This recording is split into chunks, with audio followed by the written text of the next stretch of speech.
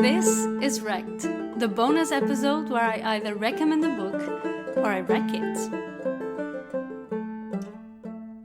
Hello everyone, I'm Karina Pereira and today is the ever last episode of the season. I know I said this on the last episode, but that was the main episode. This is a bonus episode and it's really the last one. And for the last episode, I was going to record this episode from scratch, but then I remember that I had made a pre-recording of this, a sort of practice recording because of what I wanted to talk about.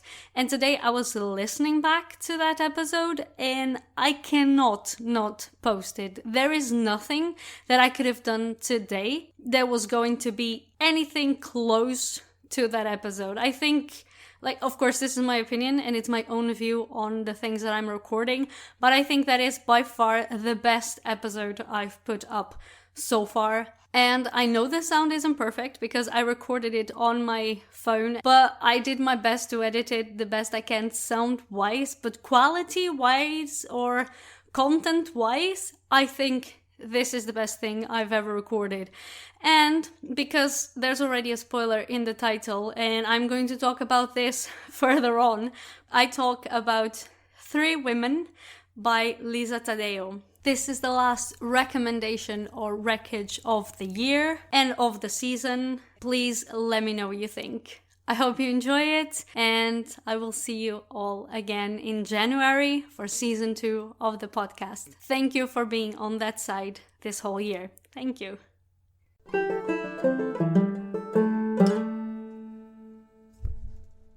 I've just realized that since I've started this bonus episode, I either recommend a book or I wreck it, I have mostly recommended books because, well, it's not nice to be mean, sometimes it's really nice to be mean and, it just feels very good. But usually the feeling doesn't last very long and I just feel terrible about being such an ass. But the reason why I actually started this bonus episode was because I had so much stuff to say about 2 books that I've read, like bad stuff, like really, I wanted to really wreck those books.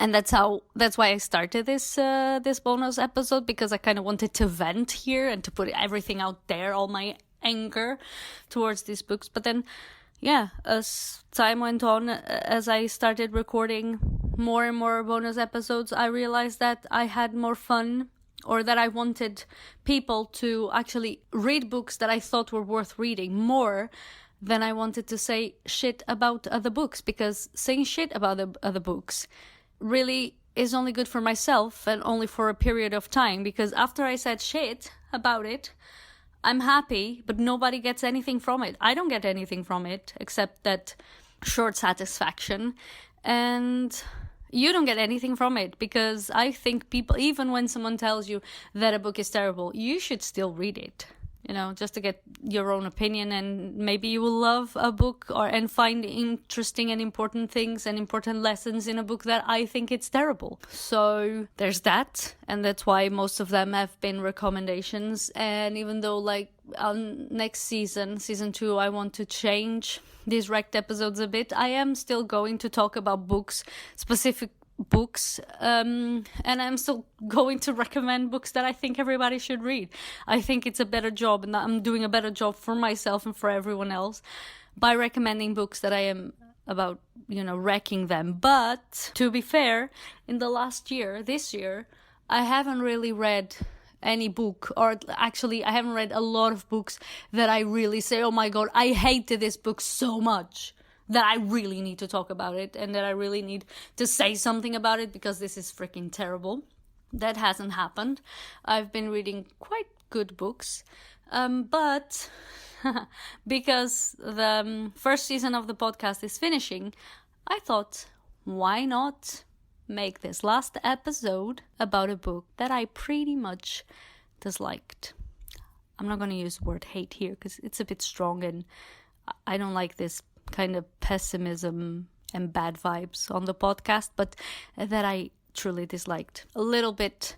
Okay, the book, let's start by saying which book it is. It is Three Women by Lisa Taddeo. Why did I hate this book? Sorry, why did I dislike this book?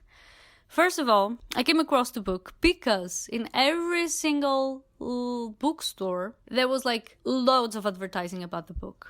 One of the biggest, I would say maybe biggest bookstores here in the Netherlands, even though they are in Rotterdam, even though they are independent, which is Donner, had like a huge poster. So I was like, wow, they have like this huge poster. The book isn't even out. This book must be good. I kept seeing loads of people sharing the book, saying that it was amazing on Instagram and other social media.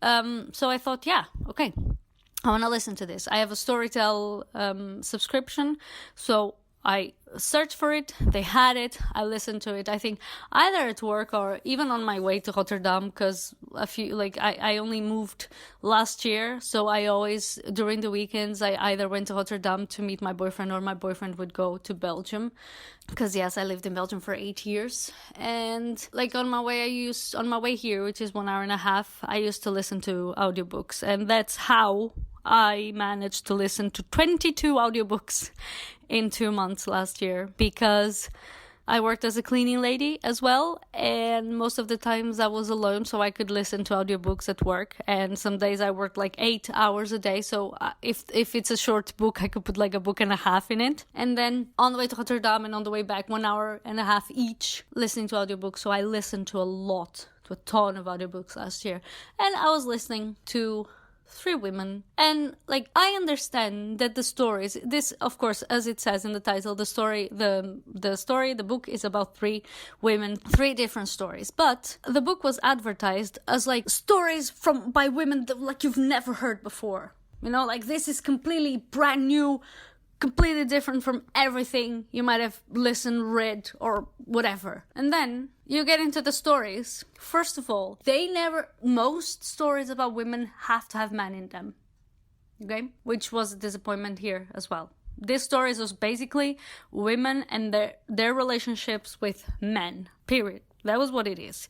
Which, honestly, it isn't exactly something new. It isn't exactly something that you haven't heard anywhere else. It's actually everything that you hear pretty much about women is related to their relationships to men. Even sometimes, you know, I've been paying attention sometimes to memoirs, and I would like someone, because I don't have the tools, or maybe I don't have the patience, but I would like someone to go check memoirs and see how long women, like from women and men, and check how long or how many hours do those people speak of the opposite sex, of the relationships that they had. How much men, for example, actors or someone was like a public figure, speaks about their jobs, and how much they speak about their relationships, and women who are heterosexual, and kind of check the same. And then maybe I'm wrong, but I'm almost certain that in most situations, women talk a lot more about men and the relationships they have with men, and they care a lot more than men care about the relationships they have with women. But I don't have the data, no scientific data, so I can't say it's true or not, but that's the feeling I get from the memoirs that I have heard. So I went into Three Women thinking that the stories were going to be completely different, even some, you know, LGBTQIA+ stuff there, but no. There's stories. There's 3 stories about women who fall in love with men, and those stories are not new. I've seen movies about that. I've read stories like on the newspapers about it. I've read books that tell similar stories than this. There was only one of the stories about a couple who has a restaurant that was slightly different from what we usually hear, but the other 2, they were just textbook. Like almost every story that is like, ooh, dramatic and sad and emotional about women has some of the elements in those stories. And I was so pissed off because I lost some time of my life just listening to that book. I don't know how many hours, doesn't matter. Being promised that that the stories were going to be different, and then you get to the end and the stories are exactly the same as always. Like one of the stories is which another thing, I read My Dark Vanessa. I liked the book, it was pretty good, but the story just immediately reminded me, and sorry for the spoiler, but I have to say it, of one of the stories in Three Women. Okay, and I was like, okay, it's the thing about My Dark Vanessa that I didn't like. It just felt like the same story again. You've seen it in movies before, and I'm really glad that people are thinking and, are coming to this conclusion that it's like the professor was an asshole and he groomed her. But I had some trouble dealing with the way that Vanessa worked with everything, although of course that's my fault, and it's the way that I was taught probably and raised, because she was so naive. Even when she was an adult, she couldn't just get away from it. But I mean, it's a psychological thing as well, so I can't really blame Vanessa, and I don't blame Vanessa, but that it was a bit frustrating to from outside, seeing what she was going through and what she was doing about it. But when I read My Dark Vanessa, immediately I thought, well, this is very similar, or there are, elements that are super similar to to that story from Three Women. So when I finished the book and I realized, is this it? I was so freaking upset. And I'm talking about Three Women again, not My Dark Vanessa. I was so upset because I don't know who did the marketing campaign for this book, but damn, they're good. Because they were selling something as completely new, and it's not. And I'm not saying that these women's stories aren't worth listening to or reading or worth of media attention. They are, of course, they're valid. They happen, obviously. I mean, they happen so much that they were new for me. But why are you advertising this book, as being something completely new? Who did this? Like, who said, okay, we're going to make a marketing campaign, and the marketing campaign is going to say that the book is like nothing you've ever seen before. And then I get to the stories like, this is like everything I've ever seen before. Like, actually, this is exactly what I've been seeing, like, this whole time. So I don't know who did this, but they're good. So, and they wanted the book to sell, obviously, very much. And that really pissed me off. They're trying to pass off a story. Oh, and something else. What actually pissed me off the most was that the writing was almost pornographic. You're talking like erotic. You're talking about these women going through this emotional consternation and sadness and turmoil. And it's written as if it was written to appease a male audience.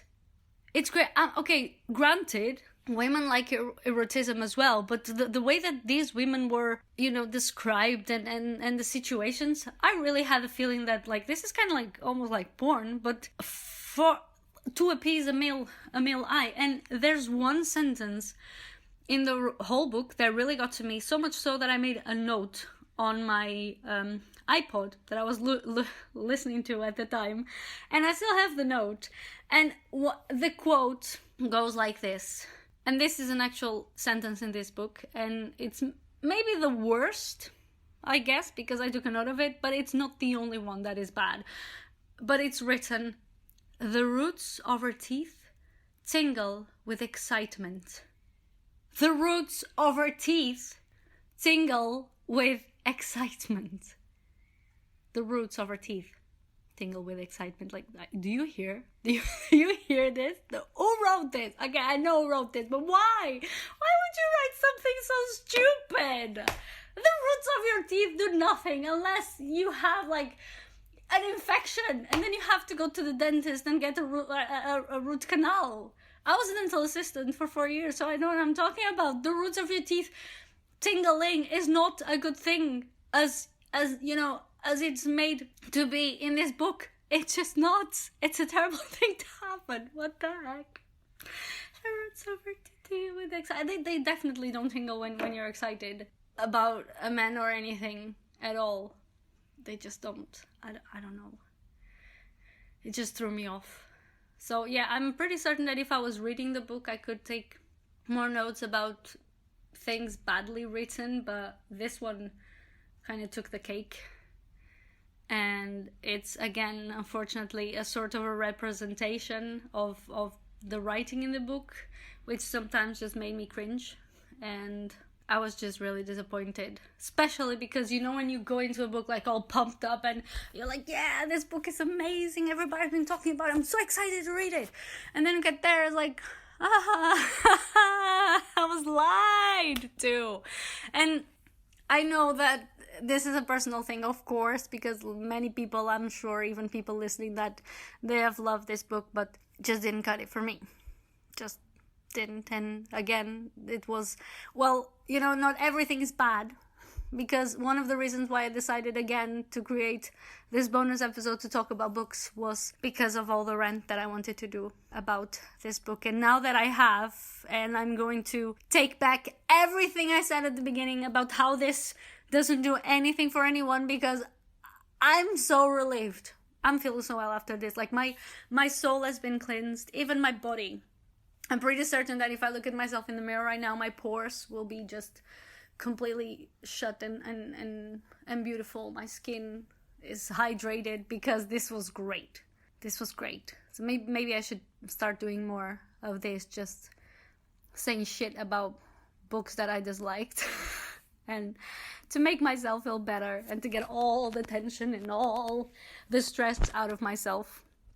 But yeah, again, if you're thinking about reading this book or you have it on your to be read, go for it.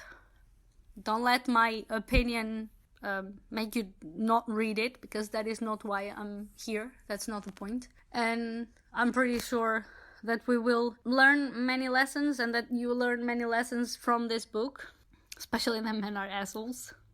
Not in general, but, as a group and not as individuals. And it just will probably, which I think this is the worst. The worst is that you go back and you look at yourself a few years ago. I speak for myself. I look at myself in my adolescent years and even young adult, and I think, wow, I was this fucking stupid. I was this stupid. And maybe that's why I didn't like the book either, because I'm seeing in some things, I'm seeing a reflection of myself and I don't like it. I don't like being called out like this. So, because I think a lot of women have gone through, especially young, as they were young, gone through certain situations that are in the book, even if it's like not the main story. There are situations that you do relate to, and now you know better. So now you wouldn't be that stupid, but you were that stupid and you know it. And that's the truth. And that's why you don't like what you're seeing. And that's why you think they're being stupid, because they are, because you were. You were also being stupid when you were younger. But still, again, I kind of feel like I was clickbaited into reading the book, and I didn't like that. And as if it's not obvious, this is a wreckage. Or maybe I should say unrecommendation. I don't know, but I didn't like it. Anyway, I'll be back in 2 weeks with a new episode, a regular episode. No, I will not. What am I saying? I will not. I'm going to take a break of a month or so, or a few weeks, to prepare season 2. Because for season 2, I want to have more people. Actually, I want to have more. By more people, I mean someone else other than me, because I'm the only person who's been on this season, speaking to myself and to whoever is listening. But on season 2, I made some plans. I want to have people on the podcast. I am even thinking about changing Wrecked a little bit, and to make Wrecked not only a place where I can recommend or rec books, but also a place where people can tell interesting stories. And then the main episodes, I can actually talk about, also with other people, about projects, about their love for books. So I want to dynamize the podcast a little bit, and I'm going to do this on season 2. But for that, I cannot continue to do a podcast the way that I do, because most weeks I do the podcast every other Monday, so every 2 weeks, and sometimes I'm writing a script. This one is unscripted, by the way. I'm writing a script, recording, editing, and publishing on the same day, because I'm a procrastinator, and that's what I do. As Calvin and Hobbes would say better than me, my inspiration is the panic of the deadline. And so most of the times I was just like, oh, I have 2 weeks to do this. I have 2 weeks to think about the podcast and record it and edit it. And every time I'm either recording it the day before or on the day that I need to publish it. So I want to change that for next month in case something happens that doesn't allow me to, record on the day, as it has happened like in this season. There was one week that I posted on a Tuesday or Wednesday. There you go. So this doesn't always happen, doesn't always work. And I want to, like I said, I want to bring people to the podcast. So I'm going to stop for about a month. And I'll be back probably in January, hopefully with new people, with interesting conversations. Everything will have to be done, or most of it will have to be done remotely, but I'm confident that it will work. And I'll see you again soon. Don't forget to subscribe so you get a notification when I'm back. You can follow me on Instagram under A Story of Sorts, because that's where I am most active, where I have most news to post. And all of my other social media is at linktree/Karina Pereira. I'll leave the links to that on the show's comments and notes. Thank you so much for listening. Thank you so much to those of you who have been with me throughout the whole season. And I'll see you soon for season 2. Talk to you then.